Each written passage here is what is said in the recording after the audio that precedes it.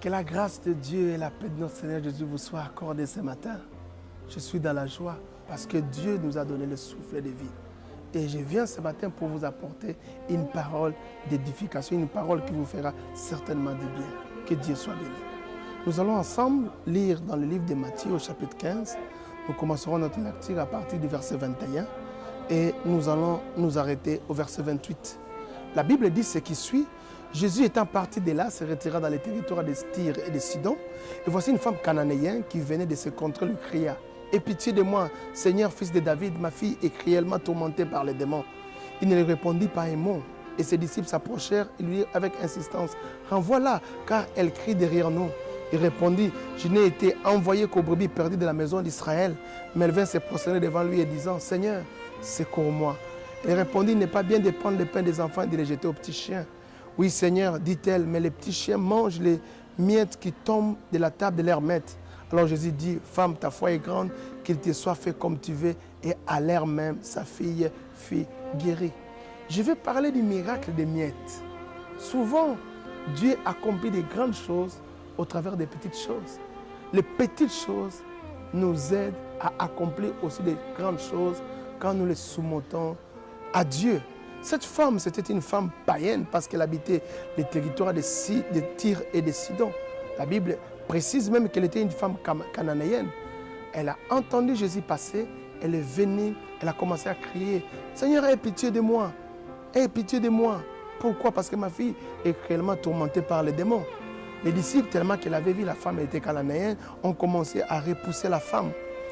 Et Jésus lui a dit clairement: « Je n'ai été envoyé qu'au bébé perdu de la maison d'Israël. » La femme, au lieu de partir, elle est venue se prosterner.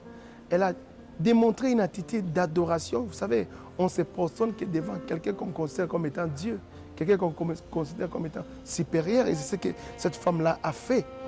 Alors Jésus a répondu à la femme au verset 26. Il dit: « Il n'est pas bien de prendre le pain des enfants et de les jeter aux petits chiens. » Une parole qui peut pousser à quelqu'un à abandonner. Une parole qui peut pousser quelqu'un de laisser. Mais la femme n'avait pas laissé. La femme a dit: « Oh Seigneur, mais les petits chiens mangent les miettes qui tombent de la table de leur maître. » Si nous pouvons considérer le pain comme les privilèges des enfants, c'est-à-dire de ceux qui sont enfants de Dieu ou de ceux qui appartenaient aux enfants d'Israël, mais les miettes, c'était la seule part qu'on pouvait donner à cette femme-là, la femme cananéenne. Mais écoutez-moi très bien, cette femme cananéenne a pu délivrer sa fille de loin seulement à cause des miettes. Il a dit: « Je n'ai pas la grâce de me mettre à table et de manger le pain qui est réservé aux enfants. Mais je peux quand même m'en servir des petites miettes qui tombent sur la table. » Et la femme s'est bien servie des petites miettes qui tombaient de la table. Et à partir de ces petites miettes, la femme a accompli des grands miracles. Dans la vie, souvent, nous n'avons pas les mêmes privilèges que les autres.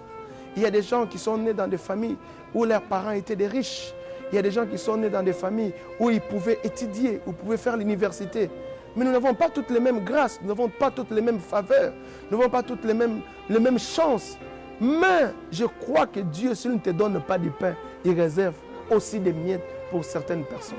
Mais quand Dieu te réserve des miettes dans la vie, il faut apprendre à profiter des miettes que Dieu te réserve de saisir. Cette femme a saisi les miettes, elle a délivré sa fille qui était tourmentée par le démon. Jésus n'a même pas imposé les mains. Vous voyez ce que les miettes font. Jésus n'a même pas imposé les mains, mais simplement par la foi de cette femme qui était considérée comme les miettes, cette femme était totalement délivrée.